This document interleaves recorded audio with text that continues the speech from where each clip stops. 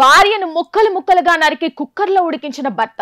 ఇప్పుడు రెండు రాష్ట్రాల్లో సంచలనం రేపుతున్న ఈ కేసులో పోలీసులు విచారిస్తే దిమ్మ తిరిగే నిజాలు బయటకు వస్తున్నాయి. ట్విస్ట్ల మీద ట్విస్ట్లు ఇస్తున్నాడు ఆ భర్త. అతని ఫోన్ లో కనిపించినవి చూసి పోలీసులు కూడా షాక్ అవుతున్నారు. మరి ఆ భర్త భార్యను ఇంత దారుణంగా ఎందుకు చంపాడు, పోలీసులు కనుక్కున్న ఆ నిజాలు ఏంటి అనేది ఈ వీడియోలో తెలుసుకుందాం.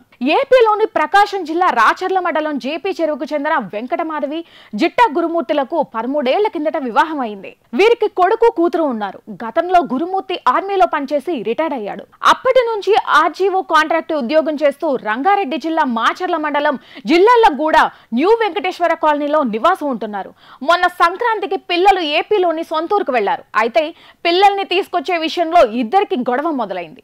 గొడవ పెద్దది కావడంతో కోపానికి గురైన భర్త భార్యను తలపై 2 సార్లు బలంగా కొట్టి చంపేశాడు.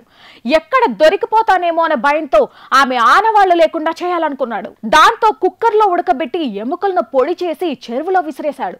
2 రోజుల తర్వాత తన అత్తమ్మ సుబ్బమ్మకు ఫోన్ చేసి మాధవి గొడవపడి ఇంట్లో నుంచి వెళ్లిపోయిందని చెప్పాడు.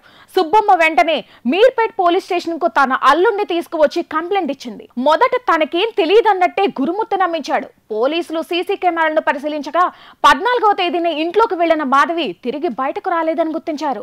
దాంతో గురుమూర్తి మీద అనుమానంతో గట్టిగా విచారిస్తే మొదట్లో తనకేం తెలియదన్నట్టే నమ్మించాడు. చివరకు తానే చంపినట్టు చెప్పాడు. కోపం తట్టుకోలేక అలా చేశానన్నాడు. కానీ పోలీసులు అతని మాటలు నమ్మలేదు. అసలు ఏం జరిగిందా అని లోతుగా విచారిస్తే దిమ్మ తిరిగిపోయే నిజాలు బయటకు వస్తున్నాయి.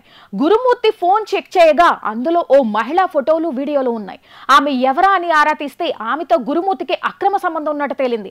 పదే ఆమె విషయంలోనే భార్య మాధవి గొడవ చేసేది. దీంతో తన సుఖానికి అడ్డు వస్తున్న భార్యను ఎలాగైనా చంపేయాలని ప్లాన్ చేశాడు గురుమూర్తి.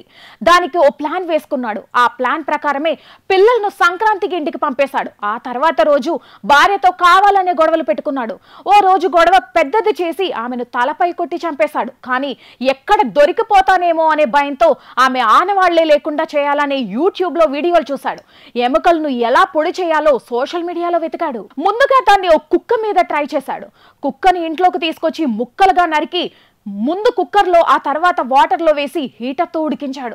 రోట్లో వేసి దంచి పొడి చేశాడు. ఆ తర్వాత భార్య శవాన్ని కూడా మటన్ కొట్టే కత్తితో ముక్కలుగా నరికాడు. కుక్కర్ ఆ తర్వాత వాటర్ హీటర్తో కూడా ఉడికించాడు. ఎండబెట్టి రోట్లో వేసి దంచి పొడి చేశాడు. ఆమె బాడీ ఆనవాళ్లు, ఎముకల పొడిని దగ్గరలోనే జిల్లాలగూడ చెరువులో పడేశాడు. ఇంట్లో వాసన రాకుండా ఉండాలని 10 సార్లు డెటాల్ వేసి కడిగాడు. 2 రోజుల తర్వాత జనవరి 17న తన అత్త సుబ్బమ్మకు ఫోన్ చేసి మాధవి వెళ్లిపోయిన నాటకం మొదలు పెట్టాడు. సుబ్బమ్మతో పాటు గురుమూర్తి కూతురు కూడా మీర్పేటలోని ఇంటికి వచ్చారు. రాగానే ఇంట్లో దుర్వాసన రావడంతో కూతురు క్వశ్చన్ వేసింది. కానీ గురుమూర్తి పొంతన లేని సమాధానాలు చెప్పాడు. చివరికి పోలీసుల విచారణలో గురుమూర్తి కిరాతకం అంతా బయటపడింది. అయితే ఈ కేసులో ఇంకా మాధవి డెడ్ బాడీ ఆనవాళ్లు ఏమీ దొరకట్లేదని పోలీసులు చెప్తున్నారు. చెరువులో ఏ ఆధారాలు దొరకట్లేదని గురుమూర్తిని ఇంకా ప్రశ్నిస్తున్నారు పోలీసులు. గురుమూర్తితో ఎఫ్ఐఆర్ ఉన్న ఆ మహిళ ఎవరో ఇంకా తెలియలేదు. గురుమూర్తి ఇంకా ఏదో దాస్తున్నాడని పోలీసులు అనుమానిస్తున్నారు. విచారణలో మరిన్ని విస్తుపోయే నిజాలు బయటకు వచ్చినా ఆశ్చర్యపోనవసరం లేదేమో.